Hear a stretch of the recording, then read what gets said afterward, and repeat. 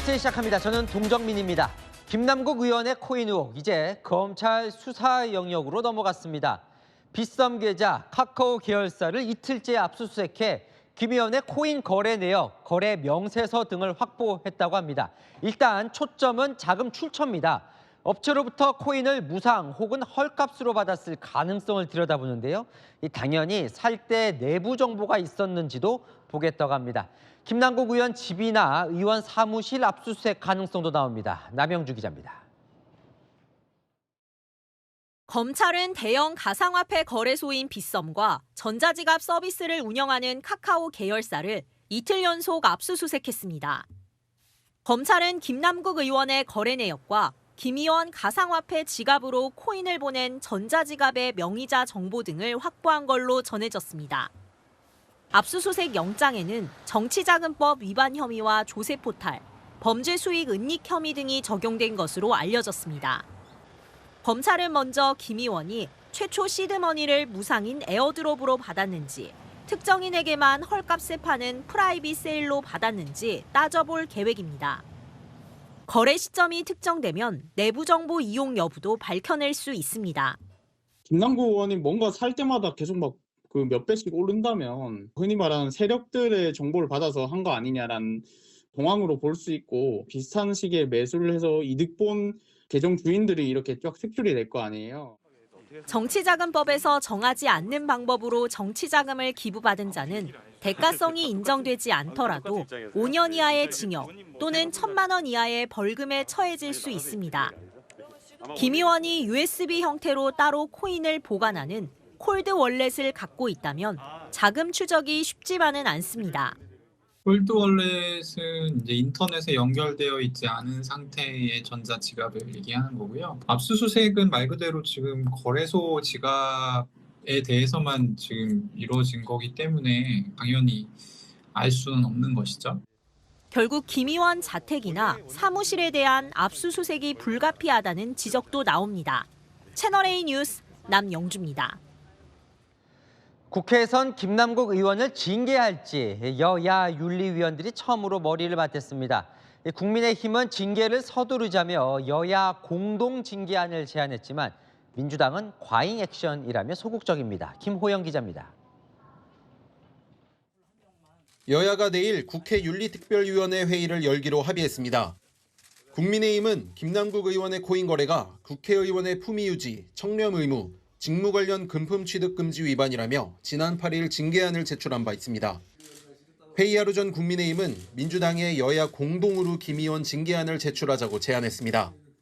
여야가 김남국 의원에 대한 공동 징계안을 오늘 중으로 발의할 경우에 내일 전체회의에서 바로 김남국 의원 건을 처리할 수가 있습니다. 국회의원 징계안은 통상 20일 숙려 기간을 거쳐야 하는데 여야 합의로 이를 단축하자는 것입니다. 하지만 민주당은 숙려 기간 패싱과 공동 징계안 제출에 모두 부정적입니다. 저희 당에서도 절차가 있기 때문에 절차 따라 협의하고 결정하도록 하겠습니다. 민주당 고위 관계자도 공동 징계안에 대해 과잉 액션이라며 해오던 방식대로 하면 된다고 말했습니다. 국회의원에 대한 징계는 경고, 사과, 출석 정지, 제명 등 모두 4가지입니다. 국민의힘 핵심 관계자는 김 의원은 국회의원 자격이 없는 만큼 제명 외에는 선택의 여지가 없다고 강조했습니다. 제명을 위해서는 재적의원 3분의 2, 200명 이상의 동의가 필요하기 때문에 167석의 민주당의 동참이 없으면 불가능합니다. 한 친명계 의원은 진상 파악도 제대로 안 된 상황에서 징계부터 밀어붙이는 것은 마녀사냥이라고 주장했습니다. 하지만 민주당 내에서는 징계가 불가피하다는 의견도 많아 논의가 급물살을 탈 가능성도 있습니다. 채널A 뉴스 김호영입니다. 그런데 지난 일요일 민주당 쇄신 의총 때는 김남국 의원을 국회 윤리위원회에 제소하자는 당내 의견이 많았다고 합니다. 하지만 결의문에는 최종 빠졌는데 그 빼자는 의견을 낸 게 이재명 대표라는 의혹이 불거지면서 진실 공방이 벌어지고 있습니다. 우현기 기자 보도 보시고 당시 왜 빠진 건지 아는 기자와 전후 상황을 살펴보겠습니다. 지난 일요일 의총 후 발표된 쇄신 결의문에 김남국 의원 윤리위 제소가 제외된 데 대한 민주당 내 문제 제기가 이어지고 있습니다. 윤리위 제소해야 된다라는 것이 다수의 의견이었습니다. 예. 그리고 결의문에 명시를 하는 것으로 이렇게 정리가 됐던 내용이거든요. 그런데 여기에 이제 빠졌습니다. 비명계를 중심으로 지도부의 공식 해명도 요구했습니다. 제가 전체의원 단체 톡방에다가 아니 이거 왜 빠졌냐? 아니 우리 도대체 하루 종일 뭐 한 거냐? 원내대표 해명 좀 부탁드립니다. 그렇게 올리기까지 했었습니다. 결의문 작성에 참여한 복수의 의원들에 따르면 이 대표는 진상조사를 해서 사실관계를 확인하고 나서 윤리위 제소를 결정하자는 취지로 말한 것으로 전해졌습니다. 당장 윤리위 제소에는 부정적인 반응을 보였다는 겁니다. 한 비명계 의원은 사실상 이 대표가 틀어서 빠진 것이라며 이 대표를 겨냥했습니다. 민주당 원내대변인은 윤리위 제소가 빠진 것은 의원들의 의견이 합치되지 않았기 때문이라고 해명했습니다. 국민의힘은 이 대표 배우설을 제기했습니다. 김남국의 뒤에 이재명의 그림자가 어른거리는 것이 국민들 눈에는 보이는데 진즉 자신들 눈에는 보이지 않는가 봅니다. 그러면서 민주당이 김 의원을 제명해야 공범을 면할 것이라고 압박했습니다. 채널A 뉴스 우현기입니다.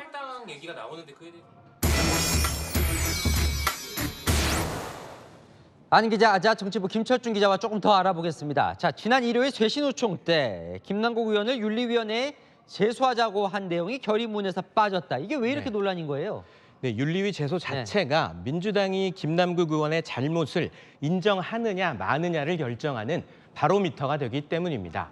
비명계는 민주당이 직접 윤리위에 김 의원을 제소해 잘못을 인정하고 꼬리 자르기가 아니라는 걸 보여주자는 입장인데요. 반면 앞서 보신 것처럼 이재명 대표를 비롯해 친명계는 진상 파악이 안 된 상황에서 잘못을 인정하고 징계하는 데 부정적인 반응입니다. 자, 그럼 하나씩 좀 따져보죠. 쇄신 의총 때 의원들이 김남국 의원을 윤리위원회에 제소하자 이 의견이 많았던 건 맞는 겁니까? 네, 일단 지난 일요일 쇄신 의총을 시간대 순으로 정리해 보겠습니다. 네. 오후 4시부터 10시까지 민주당 의원총회에서 약 30명의 의원들이 발언을 했는데요. 김 의원을 윤리위에 제소해야 한다는 의견이 다수였던 것으로 전해졌습니다.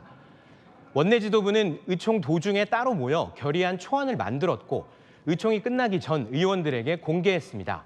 그 초안에 김 의원에 대한 윤리위 제소 내용이 빠져 있었고요. 의원들은 다시 결의문에 넣어야 한다는 의견을 냈지만 빼야 한다는 엇갈린 의견도 있었다고 합니다.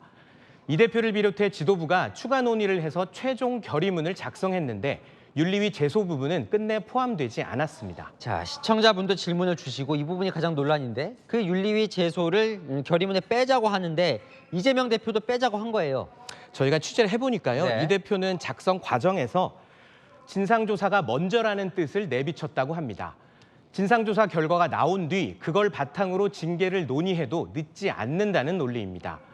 논란이 되자 민주당은 이 대표가 결정할 단계가 아니라고 본 것이지 반대한 건 아니라고 설명했습니다. 비명계에서는 나중에 결정하자는 것 자체가 사실상 반대라며 반발하고 있습니다. 자, 그런데요. 이제 와서 보면 그러니까 진상조사하고 나서 뭐 징계 여부를 논의하자는 거지만 김남국 의원이 탈당하면서 이 진상조사 자체가 좀 쉽지 않아진 거 아닙니까? 맞습니다. 특히 어제 검찰이 김남국 의원의 계좌에 대한 압수수색을 재개하면서 상황이 바뀌었습니다. 민주당 핵심 관계자는 채널A에 검찰 수사에 영향을 미칠 수 있어 진상조사를 계속할 수 있을지 고민스럽다고 설명했는데요. 검찰 수사가 시작된 만큼 김 의원이 자신의 방어권 차원에서라도 당의 조사에 협조할 가능성이 더 낮아졌다고 보는 겁니다. 진상조사단 관계자는 김 의원이 현재 휴대전화를 꺼놔 연락도 잘 되지 않는다고 전했습니다. 김 의원의 협조가 없다면 더 이상 진상조사가 무의미한 만큼 진상조사는 중단될 가능성이 큰데요. 만약 중단이 된다면 진상조사 후 윤리위 제소라는 지도부의 명분은 사라지게 됩니다. 자, 그럼 이제 결국은 이제 국회 윤리위 제소만 남는 건데 민주당은 오늘 또 공동으로 징계하자 여기에는 반대를 했어요, 그죠? 네, 아직까지 민주당이 김남국 의원 징계에 찬성할지 명확한 답을 내놓지 않고 있습니다. 오늘 윤리특위에서 국민의힘이 여야 공동 징계안 제출을 제안했지만 민주당은 즉답을 피했습니다. 하지만 당내에서는 그것마저 피하기는 어렵다는 의견들이 많습니다. 당 핵심 관계자는 진상조사가 중단되면 국회 차원의 논의라도 있어야 하지 않겠냐고 전했습니다. 다른 민주당 의원도 상임위 회의 시간에 코인 거래를 한 것만으로도 징계를 피할 수 어렵지 않겠냐고 전했습니다. 자, 이제 징계 여부에 대해서는 그런 의견이라면 징계도 여러 수위가 있을 거 아닙니까? 맞습니다. 거기에 대해서는 좀 어떤 의견들이 많습니까? 네, 일단 민주당이 나서지 않더라도 국민의힘이 이미 제소를 한 만큼 징계 논의는 시작이 됩니다.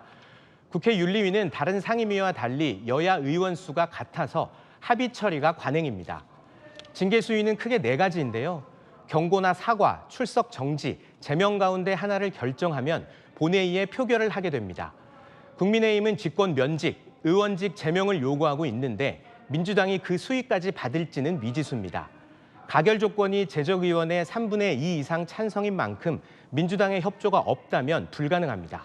자, 비명계 쪽은요. 이재명 대표의 시간이 얼마 남지 않았다. 이런 말까지 하면서 이 대표를 압박하더라고요. 좀 분위기가 어떤 겁니까? 네, 비명계는 전당대회 돈봉투 사건부터 김 의원의 코인 의혹까지 지도부의 미온적인 대처가 결국 이재명 대표의 리더십 리스크를 불렀다며 몰아붙이고 있는데요. 이 대표의 측근인 김 의원의 윤리위 제소 여부가 리더십의 시험대라고 압박하고 있습니다. 모든 걸 취할 수 없고 거기서 중요한 걸 선택하는 것들을 보여주는 게 지도자다움입니다. 이재명 대표의 지도력이 어떻게 발휘되는지를 보여주는 시금석이 될 것입니다. 이 대표는 비명계의 반발에 아직까지 별다른 반응을 보이지 않고 있는데요. 친명계는 늘 문제 삼던 사람들이 똑같은 얘기를 했을 뿐 당내 파장도 없다고 일축하고 있어서 당분간 민주당 내부가 시끄러울 것으로 보입니다. 내일 국회 윤리위 첫 공식 회의가 열리니까 한번 보죠. 네, 지금까지 아는 기자 김철준 기자였습니다. 의료계의 충돌로 번진 간호사법에 대해 윤석열 대통령이 거부권을 행사했습니다. 양곡관리법에 이은 2번째 거부권 행사입니다. 야당은 대통령의 국회 무시, 공약 파기라고 비난했습니다. 조영민 기자입니다.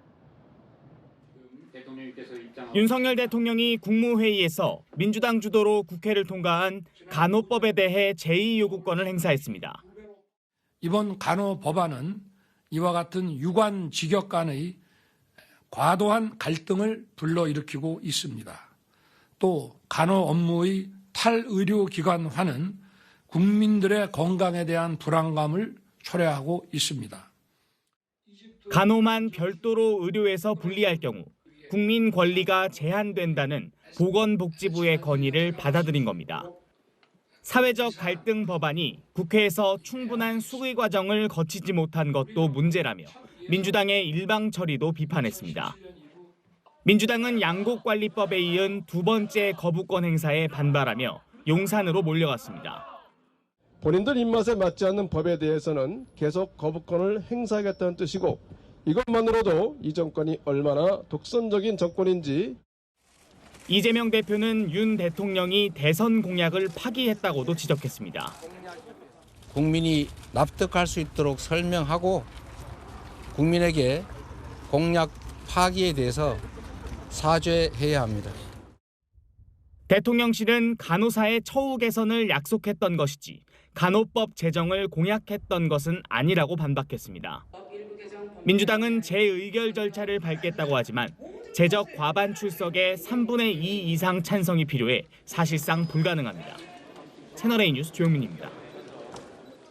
네, 간호사 단체들은 즉각 반발했습니다. 총선에서 투표로 응징하겠다면서 정치적 책임을 묻겠다고 밝혔습니다. 이어서 김용선 기자입니다. 간호법 제정 약속 이행하라! 이행하라! 이행하라! 이행하라! 윤석열 대통령의 간호법 제정안에 대한 거부권 행사에 반발한 간호사협회는 내년 총선에서 정치적 응징을 예고했습니다. 불의한 정치인과 관료들을 2023년 총선 기획단 활동을 통해 단죄하고 파면하는 투쟁을 전개할 것을 선언하는 바이다. 단체 행동에도 나서기로 했습니다. 구체적인 방식은 결정되지 않았지만 간호사 면허 반납과 함께 진료 지원 간호사들의 준법 투쟁이 논의되고 있습니다. 병원에서 전공의 역할을 대신하는 진료 지원 간호사가 업무를 중단하면 수술 등의 의료 행위에 차질이 생길 수 있습니다. 정부는 간호사의 처우 개선을 약속하며 간호사 달래기에 나섰습니다. 간호인력 지원 종합대책을 착실히 이행하여 간호사의 근무 환경을 국가가 책임지고 개선하겠습니다. 간호법 제정에 반대해온 대한의사협회 등 13개 보건의료단체는 내일로 예고했던 총파업을 유보했습니다. 17일 계획한 연대 총파업은 국민의 건강권을 지켜야 한다는 깊은 고뇌 끝에 국회 재의결시까지 유보할 것이며 의사단체들은 다만 금고 이상의 형을 받을 경우 의사 면허를 취소하는 개정의료법에 대해 거부권이 행사되지 않은 데에 대해 아쉬움을 드러냈습니다. 헌법 소원을 추진하는 동시에 정부와 여당에 법 개정을 요청하고 나섰습니다. 채널A 뉴스 김용성입니다. 중앙선거관리위원회 지도부가 아빠 찬스 불공정 논란에 휩싸였습니다. 선관위의 현직 사무총장, 사무차장 자녀가 선관위에 경력 채용됐거든요. 이 두 사람 모두 국민 눈높이에 맞진 않았다면서도 아빠 찬스 의혹은 부인했습니다. 홍지은 기자입니다. 국회에 출석한 중앙선관위 박찬진 사무총장과 송봉섭 사무차장이 자녀 특혜 채용 의혹에 대해 사과했습니다. 국민의 눈높이에 맞지 않는 그런 오해가 있었다는 것에 대해서는 다시 한번 굉장히 마음 아프게 생각하고요. 국민 눈높이에 맞지 않은 점에 대해서 사과드리겠습니다. 현직 사무총장과 사무차장, 직전 사무총장 자녀가 연이어 선관위 경력직으로 채용된 사실이 알려지면서 특혜 채용 논란이 불거졌습니다. 박 사무총장은 현대판 음서제냐는 지적에 절차에는 문제가 없었다고 반박했습니다. 이건 이조 시대 음서제가 지금 현대판 음서제가 선관위판 음서제로 나왔다는 거예요. 모든 과정이 규정대로 했다는 것을 아빠 찬스 아닙니까? 아닙니다. 했습니까? 아빠 찬스를 줬다 하면은 제가 법적인 책임을 져야 된다고 하면은 당연히 부당 책임을 져야죠. 중앙선관위는 의혹이 제기되자 자체 특별감사를 예고했는데 국민의힘은 감사원 감사를 받아야 한다고 지적했습니다. 5빌이라도 유분수지. 선거관리위원회 최고위층이면 전부 다 자녀들이 중앙선거관리위원회에 취직을 하나? 이 패밀리 비즈니스야? 이런 의혹을 가질 수밖에 없는 거거든요. 두 분 검찰에 수사 의뢰하십시오. 지금 그 특별감사위원회 세고 있기 때문에요. 이 문제는 감사원에 감사를 청구합니다. 조직 내 선관위에서는 규명할 수가 없습니다. 선관위는 대신 직원 채용 관련해 자체 전수조사를 건의해보겠다고 밝혔습니다. 야당은 오늘 위원장의 사회가 편파적이라며 오후 회의에는 불참했습니다. 채널A 뉴스 홍지은입니다.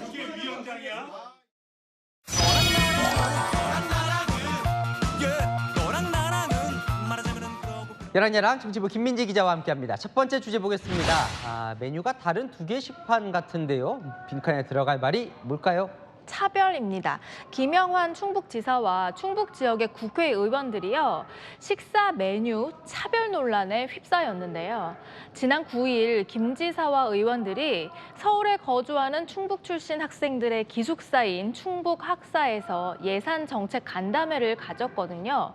행사 후에 학사 식당에서 저녁을 먹었는데 그 메뉴가 학생들과 달랐다는 겁니다. 저 칸막이를 사이에 두고 저 두 메뉴가 좀 달라 보이네요. 네, 칸막이를 사이에 두고 지사와 의원, 수행원들은요 전복 톱밥, 돼지 갈비찜, 장어 튀김 등을 특식으로 먹었고요. 학생들의 메뉴는 카레밥에 된장국, 김치 등이었습니다. 누리꾼들은요 한 끼 학식을 먹는 게 그렇게 어렵냐, 저럴 거면 밖에서 먹든지 라는 비판과 함께 학생들이 간담회에 참석한 것도 아닌데 메뉴가 꼭 같아야 됩니까? 같은 여러 의견이 나오고 있습니다. 그래도 다른 메뉴 먹을 거면 굳이 학사 식당에서 먹을 이유는 없어 보이는데요. 그래서 도 관계자에게 물어봤더니요.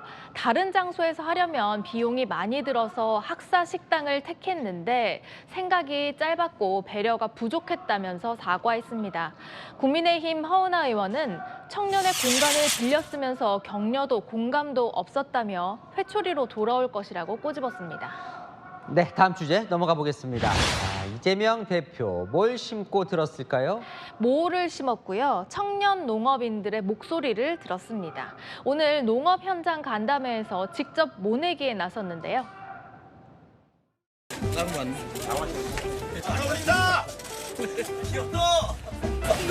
밀짚 모자 쓴 사람이 귀여운 네가 있다.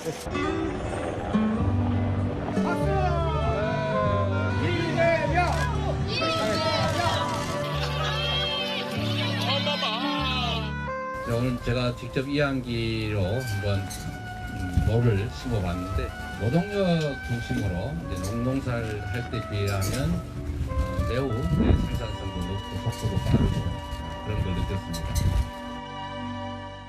그래 이제 모는 기계가 심죠. 네. 네. 자, 청년 농업인들에게 이재명 대표는 그럼 뭘 들었습니까? 청년들은 청년 맞춤형 농업 정책을 건의했는데요. 이 대표는 여기에 농촌 농민 지원을 늘리겠다고 약속하면서 앞서 양곡관리법 거부권을 행사한 윤석열 대통령을 비판하기도 했습니다. 네, 빼놓진 않았군요. 네, 네. 주제 하나 더 보겠습니다. 김남국 의원 두 사진 표정이 다르네요. 네, 김 의원이요 코인 논란에 대해 상반된 반응을 동시에 보이고 있습니다. 어제는요 이런 말을 했죠. 지금까지는 자제해 왔지만 터무니없는 허위사실 이런 부분에 대해서는 강력하게 싸울 생각입니다.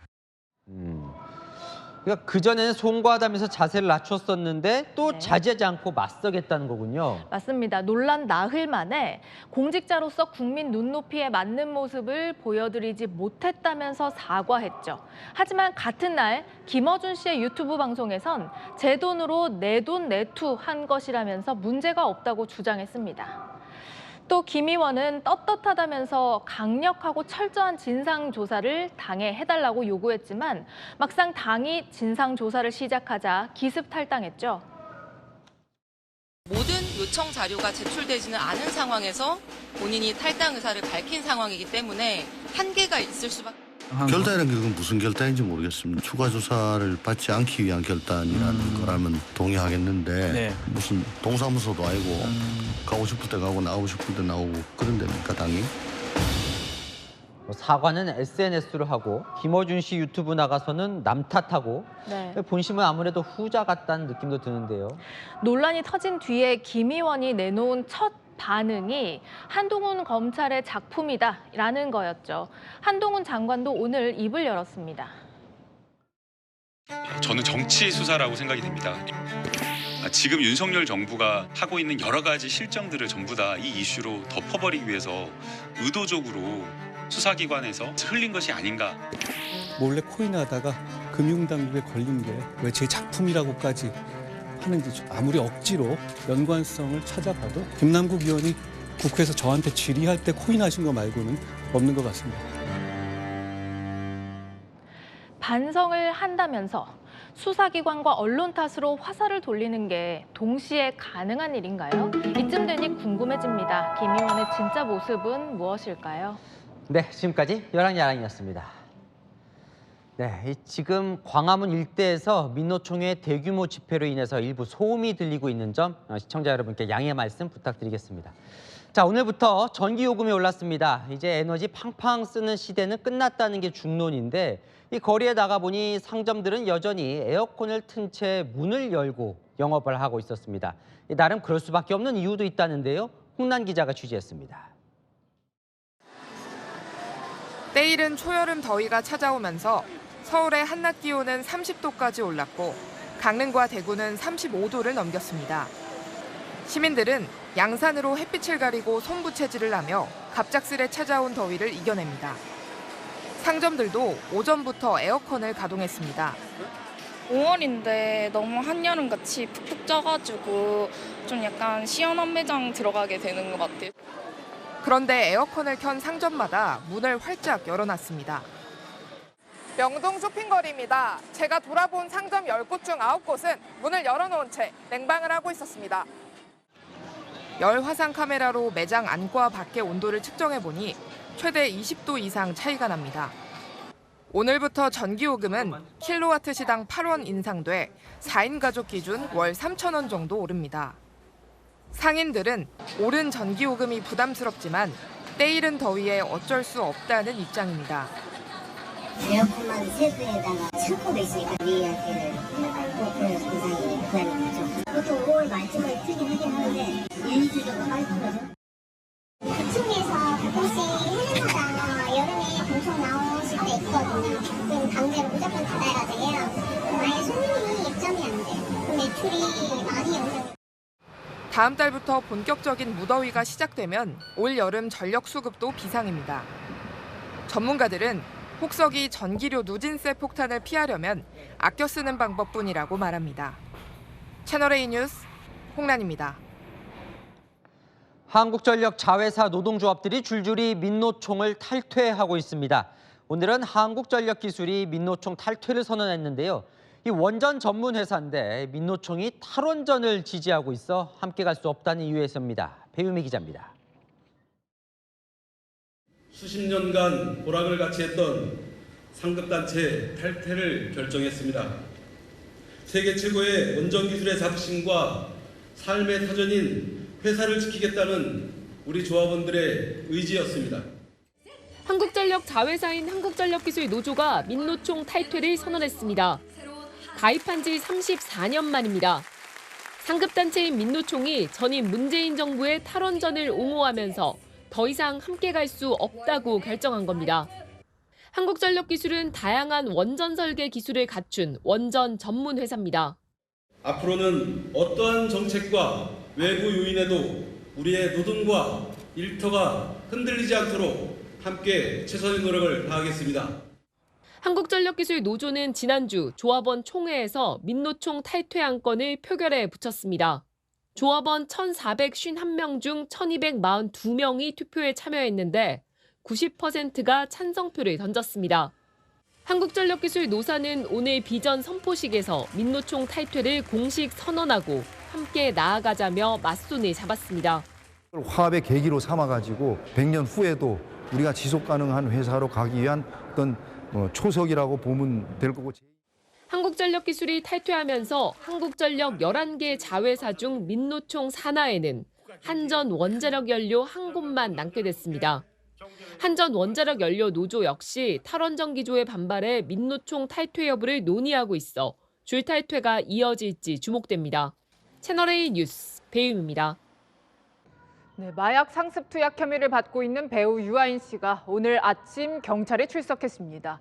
닷새 전엔 취재진이 많다며 되돌아갔었는데 어제 경찰이 체포영장을 언급하자 바로 나온 겁니다. 김태우 기자입니다. 부인하시는 겁니까? 5종류 마약 투약 혐의를 받는 배우 유아인 씨가 50일 만에 다시 경찰에 출석했습니다. 지난번에 긴 해명을 했지만 저의 일탈 행위들이 누구에게도 피해를 끼치지 않는다 그런 식의 자기 합리화 속에서 그런 잘못된 늪에 빠져 있었던 것 같습니다. 이번엔 굳게 입을 다물었습니다. 원래 닷새 전 조사 예정이었지만 취재진이 많다는 이유로 되돌아갔고 경찰이 체포 가능성으로 압박하자 바로 나온 겁니다. 유 씨는 대마와 프로포폴, 코카인, 케타민, 졸피뎀 등 5종의 마약류를 투약한 혐의를 받고 있습니다. 하지만 유 씨는 대마 외에는 혐의를 부인하고 있는 상황. 경찰은 추가 압수수색으로 확보한 증거를 바탕으로 코카인 등의 구체적 투약 시점과 장소를 집중 추궁할 계획입니다. 경찰은 유 씨의 지인인 미대 출신 작가 최모 씨도 피의자로 불러 조사했습니다. 최 씨도 마약류관리법 위반 혐의를 받는데 지난 2월 유 씨와 함께 미국 여행을 다녀온 걸로 알려졌습니다. 경찰은 유 씨의 조사가 끝나는 대로 구속영장 신청 여부를 검토할 계획입니다. 채널A 뉴스 김태우입니다. 고3 학생 3명이 공부방으로 쓴다고 오피스텔을 빌려놓고 마약을 판매하고 투약했던 사건. 지난달 채널A가 단독 보도해드렸죠. 검찰이 이 학생들을 오늘 재판에 넘겼는데요. 더 충격적인 건 이들이 수사를 받으면서도 마약을 계속 투약한 겁니다. 구자준 기자입니다.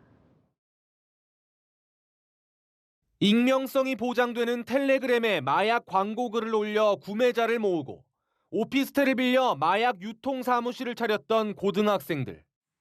공부를 핑계로 부모님까지 속였습니다. 이들은 고등학교 2학년 시절인 2021년 10월부터 이듬해 7월까지 필로폰, 케타민 등 시가 2억 7천만 원 상당의 마약을 판매하거나 투약한 혐의를 받습니다. 이들은 대담하게 성인 6명을 운반책으로 고용해 한 건당 3만 원을 지급하고 자신들은 뒤로 숨었습니다. 불특정 다수에게 일명 던지기 방식으로 마약을 팔고 자금 추적이 어려운 가상화폐로 대금을 받았습니다. 지난해 11월 경찰에서 사건을 넘겨받아 보완 수사를 이어온 검찰은 지난달 27일 3명을 모두 구속하고 오늘 재판에 넘겼습니다. 검찰 수사 결과 이들 중 2명은 수사를 받는 중에도 마약을 계속 투약한 사실이 드러났습니다. 다른 공범 1명의 신상을 공개하겠다고 협박해 3,200만 원을 빼앗은 뒤 그 돈으로 다시 필로폰을 사들인 사실도 밝혀졌습니다. 이들 3명은 마약 판매로 1억 2천여만 원을 벌었으며 모두 대학에 진학했습니다. 검찰은 미성년자나 초범이라 하더라도 마약 범죄를 확산시킬 경우 선처 없이 엄벌할 것이라고 밝혔습니다. 채널A 뉴스 구자준입니다. 현대판 불로초처럼 먹기만 하면은 수십 년씩 젊어지는 식품이 과연 이 세상에 존재하겠습니까? 이런 게 있다며 노인에게 팔고 투자까지 유도하는 불법 다단계가 기승입니다. 조민기 기자가 취재했습니다. 강의실 구조의 사무실에 7, 80대 어르신들이 수십 명 앉아 있습니다. 앞에선 업체 관계자가 젊음을 되찾아주는 식품이 있다고 설명합니다. 세상은 불로초가 있어. 이 불로초입니다. 3개월짜리. 이걸 먹게 되면은 어떻게 10년, 20년, 30년 젊어진다. 업체가 취급하는 상품 중에는 플러그 모양의 전기 제품도 있는데 콘센트에 꼽기만 해도 사용 전력을 30% 아껴준다고 설명합니다. 꽂으면 끝나. 전력이 잘하게 돼. 1월 달에 라스베가스에서 발표가 돼가지고 미국의 전역으로 지금 퍼지고 있어요. 220만 원을 내고 건강식품을 구입하거나 다른 투자자를 모집해오면 신기술을 가진 미국 자회사 주식도 얹어준다며 투자를 권합니다.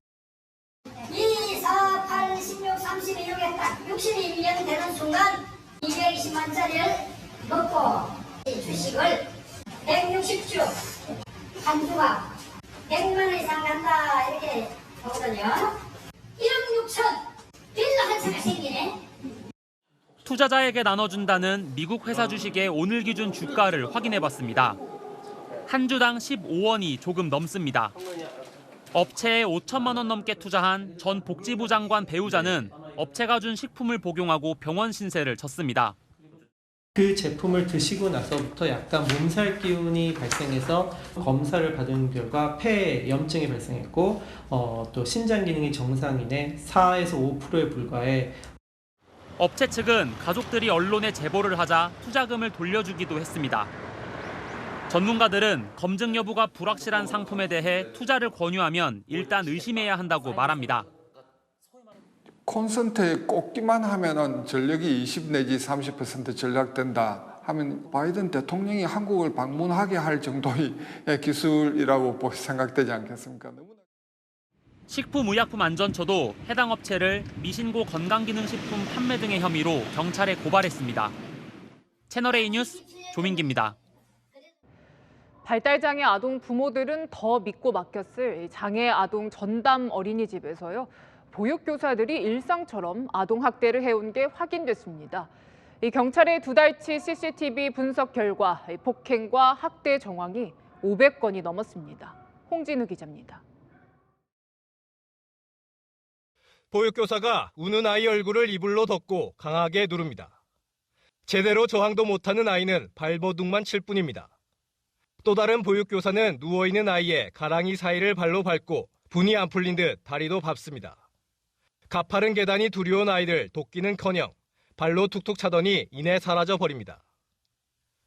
발을 잡고 내동댕이 치고 머리를 바닥에 찍고 위태롭게 탁자 위에 앉은 아이를 휙 밀쳐버립니다.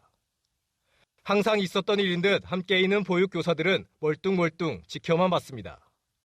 말문도 막히고 너무 속상하고 많이 눈물도 나오고 그랬었어요. 조금 그렇게 학대라는 게 일상처럼 보였어요. 지난해 8월 한 학부모가 아이 얼굴에 난 상처를 보고 학대가 의심되자 경찰에 신고했습니다. 경찰은 CCTV에 남아있는 2달치 영상에서만 폭행, 학대 정황을 500건 넘게 확인했습니다. 이 어린이집에 다녔던 4살에서 12살의 발달장애 아동 15명이 피해자였습니다. 네, 말을 못한다라고 해서 우리 아이들을 함부로 해서 될 아이들은 아니거든요. 더 사랑으로 보살펴야 된다. 가해 교사들은 경찰 조사에서 무심결의 한 행동으로 학대라고 느끼지 못했다고 진술한 걸로 알려졌습니다.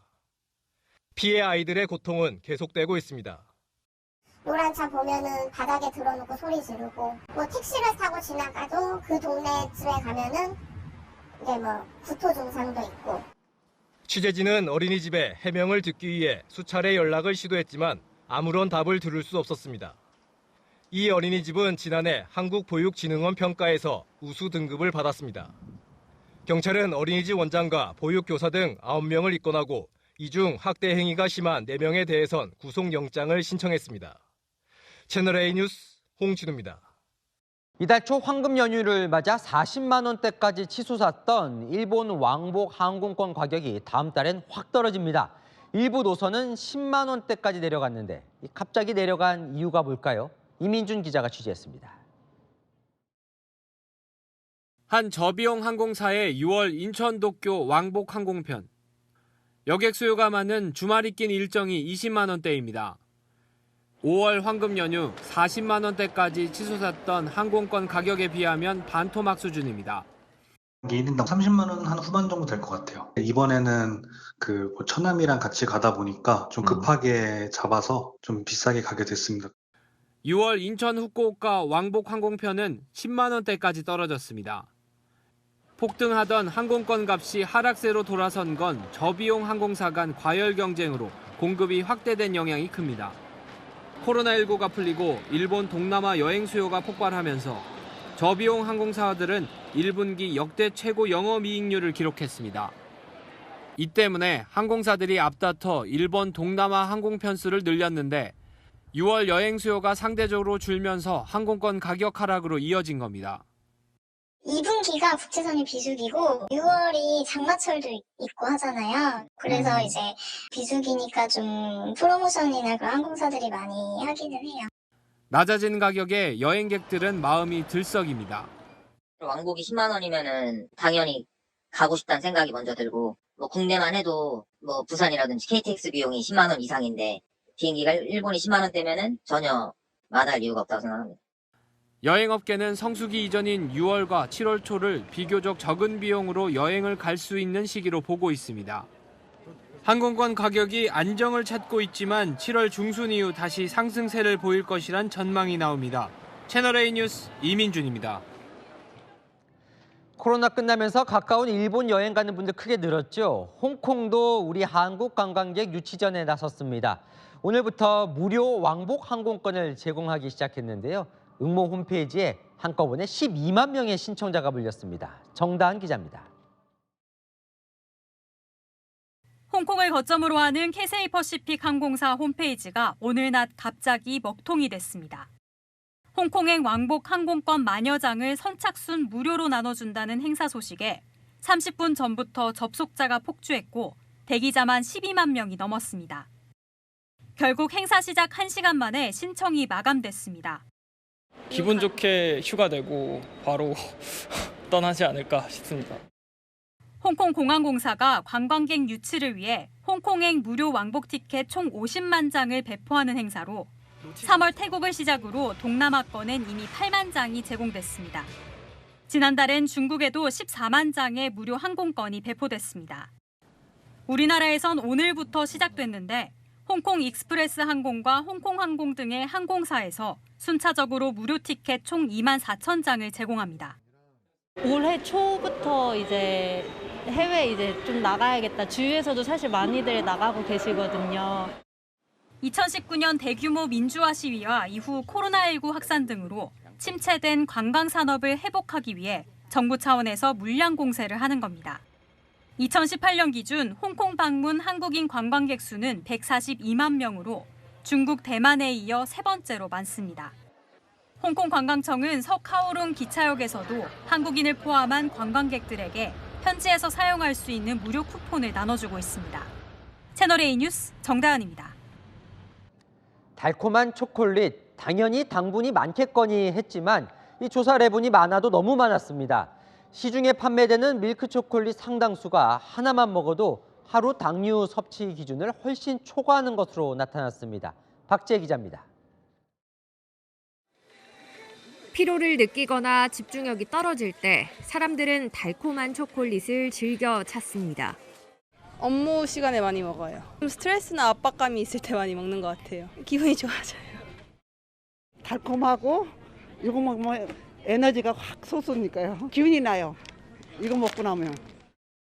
콘서트를 간다거나 할 때 비상용으로 꼭 그때는 구입을 해요. 당 떨어지거나 이러면 먹으려고. 그런데 소비자 연맹이 조사한 결과 시중 15개 밀크 초콜릿 제품 가운데 허쉬 밀크 초콜릿, ABC 밀크 초콜릿 등 11개가 세계보건기구 WHO의 하루 어린이 당류 섭취 기준 35g을 초과했습니다. 또 10개 제품이 성인 기준인 50g을 넘어섰습니다. 이 초콜릿바 하나에는 100g이 넘는 당류가 들어가 있는데요. 이 성인 하루 권고량의 2배가 넘는 양입니다. 어린이가 다 먹으면 권고 기준치의 3배 가까이 섭취하는 셈입니다. 카페인의 경우 전 제품이 하루 섭취 권고량을 넘지 않았지만 카페인이 있는 다른 식품과 함께 먹으면 가슴 두근거림 등 부작용을 겪을 수 있습니다. 청소년이 하루 커피 음료 1캔, 에너지 음료 1캔, 카페인 함량이 가장 높은 허쉬 밀크 초콜릿 1개를 섭취한다면 카페인 최대 1일 섭취 권고량인 150mg을 초과함으로 주의해야 합니다. 소비자연맹은 또 일부 제품의 영양성분 표기에 오차가 있었다며 시정을 권고했습니다. 채널A 뉴스 박지혜입니다. 딸아들 구별 말고 둘만 낳아 잘 기릅시다. 1970년대 아이를 적게 낳자며 산하 제한을 위한 국가의 당부였죠. 이제는 둘만 낳아도 다자녀라면서 혜택을 주겠다는 지자체들이 늘고 있습니다. 이혜주 기자입니다. 서울대공원 입장권 판매소 앞. 다둥이 가정에 대한 입장권 할인 혜택이 적혀 있습니다. 다둥이 카드랑 신분증이요. 본인, 배우자, 자녀까지. 다른 놀이공원과 박물관 등도 할인 면제 등 다자녀 혜택을 제공합니다. 서울시는 이런 다자녀 혜택 기준을 자녀 3명 이상에서 2명으로 낮추기로 했습니다. 2자녀 가정도 서울시가 운영하는 서울대공원 공영주차장 등 13개 공공시설을 반값 또는 무료로 이용할 수 있게 되는 겁니다. 다둥이 카드 발급도 가능해 롯데월드, 에버랜드 등 민간놀이공원은 물론 각종 문화시설, 스터디 카페에서도 할인 혜택을 받습니다. 다둥이 카드 발급 기준도 막내가 만 13세 이하에서 만 18세 이하로 완화해 중고등학생 때까지 혜택을 늘렸습니다. 서울에 거주하는 자녀 2명인 37만 가구가 다자녀 혜택을 새로 받게 된 겁니다. 2명 낳아서 키우는 입장도 물론 이제 그 육아를 하는 입장에서 쉽지 않은데 그런 혜택이 조금 부족한 거에 대해서 아쉬움을 느끼고 있습니다. 초창기 돈이 많이 들어가니까 자녀 낳는 과정에서 정말 큰 도움이 되는 제도라고 생각합니다. 현재 전국 17개 광역시도 중 다자녀 기준을 3자녀에서 2자녀로 바꿨거나 조례를 추진 중인 곳은 서울시를 포함해 15곳. 저출산 시대를 맞아 다자녀의 기준도 달라지고 있습니다. 채널A 뉴스 이혜주입니다. 네, 봄이지만 여름인가 싶었던 하루였죠. 다른 나라로 눈을 돌려봐도 다들 비슷하게 펄펄 끓는 중입니다. 이상한 고온 현상에 빨라진 지구촌 폭염을 김재혁 기자가 종합했습니다. 때일은 뙤약볕에 거리를 걷는 사람들은 양산을 들고 다닙니다. 상하이 낮 기온이 34.5도까지 올랐습니다. 5월 평균 기온 23.5도보다 11도가 높습니다. 跟往年比，感觉好像热的稍微早一点。往年这个时候感觉带宝贝出来的时候就还好，就整体感觉上没有这么的。 베이징과 산둥성의 낮 기온도 이틀 연속 35도를 웃돌면서 올 들어 첫 폭염경보가 발령됐습니다. 지난 2006년 이후 17년 만에 가장 이른 폭염경보입니다. 5월 평균 기온이 17.7도인 미국 시애틀의 낮 기온도 30도를 넘었습니다. Last year was really bad, right? Last year was like rainy, wet this time of the year. So yeah, totally abnormal. 4월 기온이 보통 30도 중후반인 동남아 국가들은 40도가 훌쩍 넘었습니다. Last month 5,200. This month 6,200 plus. 1,000 plus. 태국 북서부 탁 지역은 지난달 기온이 최고 45.5도를 기록했고 방콕은 체감 온도가 54도까지 치솟았습니다. 기후학자들은 이상 고온이 지구 온난화 때문이라고 분석합니다. 여기에 바닷물 온도가 평년보다 1.5도 이상 높은 슈퍼 엘니뇨 현상이 발생할 거란 전망이 나와 최악의 폭염 가능성이 제기됩니다. 올 여름부터는 그 바닷물 표면 온도가 높은 엘니뇨 현상으로 우리나라 부근의 그 여름이 원래 더운 여름인데 더 더워질 거고, 폭염으로 전 세계 에너지 수요가 급증할 것으로 예상되는 가운데 미국은 비축유 매입 계획을 발표했습니다. 채널A 뉴스 김재혁입니다. 요즘 프로야구 열기가 정말 뜨겁죠. 특히 오랜만에 상승세인 롯데 자이언츠의 흥행몰이가 유독 눈에 띕니다. 하지만 이 때문에 덩달아 확 뛴 안표 가격이 간만에 야구 열기에 찬물을 끼얹네요. 배영진 기자입니다. 프로야구 롯데 자이언츠가 말 그대로 잘 나가고 있습니다. 만년 하위권이던 롯데는 올 시즌 19승 11패를 기록하며 SSG에 이어 2위를 유지 중인데요. 지난달에는 3,949일 만에 선두에 오르기도 했습니다. 부쩍 오른 성적에 인기가 치솟자 안표도 덩달아 기승입니다. 티켓 거래 사이트에는 주말 17,000원이 사직구장 입장권이 8,000원씩 웃돈 붙여 거래되고 있습니다. 좌석에 따라 몇만 원씩 웃돈이 붙기도 합니다. 한 장당 6만 원인가요? 2장이요. 저도 배신금 예약해 준 거라 갖고. 특히 오는 20일 모든 관중에게 롯데 유니폼을 증정하는 경기 입장권은 정가의 배가 넘는 한 장당 6만 원에 거래되기도 합니다. 코로나19로 중단됐다 3년 만에 재개된 증정 행사라 입장권 구하기가 치열합니다. 지금 2연석은 다 나가가지고요. 한 자리밖에 없습니다. 팬들은 야구 열기에 찬물을 끼얹는 안표 기승에 아쉬움을 나타냈습니다. 안표는 당연히 불법이기 때문에 많은 사람들의 볼 권리를 위해서 생기면 안 된다고 생각합니다. 공정한 게 아니잖아요, 안표가. 정상적인 루트를 통해서 우리가 표를 구매를 하고 또 안 되면 다음 찬스를 이렇게 그렇게 해야 되는 거지. 안표를 팔다 적발되면 20만 원 이하의 벌금이 내려집니다. 하지만 경기장 등 현장에서 직접 웃돈을 받고 입장권을 판 경우에만 해당됩니다. 온라인 거래는 단속에서 비켜 있어 안표 거래가 근절되지 않는다는 지적입니다. 채널A 뉴스 배영진입니다. 달력은 5월에 머물러 있는데 한여름 더위가 찾아왔습니다. 특히 동해안으로는 고온의 서풍이 불어들면서 오늘 강릉의 최고 기온이 35.5도까지 올랐는데요. 역대 5월 최고 기온입니다. 밤에도 열기가 식지 못하고 전형적인 한여름의 열대야가 나타나는 곳이 있겠습니다. 내일도 한낮 더위 감수하셔야 합니다. 내일 아침 기온은 17도 안팎으로 출발하겠고요. 한낮에는 오늘보다 덜하겠지만 서울은 28도, 강릉은 34도, 대구는 32도까지 오르겠습니다. 내일 전국이 막다가 밤부터 차츰 흐려질 텐데요. 낮 동안에는 강한 자외선과 고농도 오존에 주의하셔야겠습니다. 동해안으로는 내일까지 바람이 강하겠습니다. 내일 울산과 부산은 종일, 대구와 경남은 오전 한때 미세먼지 나쁨 수준이 예상됩니다. 목요일에는 제주와 남해안에 비 소식 있습니다. 날씨였습니다. 대통령이 간호법안 거부권을 행사했습니다. 간호사들이 집단 행동을 예고하고 있죠. 거부권을 행사 안 하고 받아들였다면 이번엔 의사들이 집단 행동을 했을 겁니다. 의사와 간호사, 간호사와 간호조무사, 의사와 한의사. 이해관계가 얽히고 설킨 데다 무엇보다 국민 건강과 직결돼 솔로몬의 지혜가 필요한 영역이죠. 그런 지혜를 모아야 할 정치권이 힘겨루기로 갈등을 부추긴 꼴이 됐습니다. 이제라도 정치권이 책임지고 지혜를 모아야겠습니다. 마침표 찍겠습니다. 방화범 정치 말고 소방수 정치. 뉴스에 마칩니다. 감사합니다.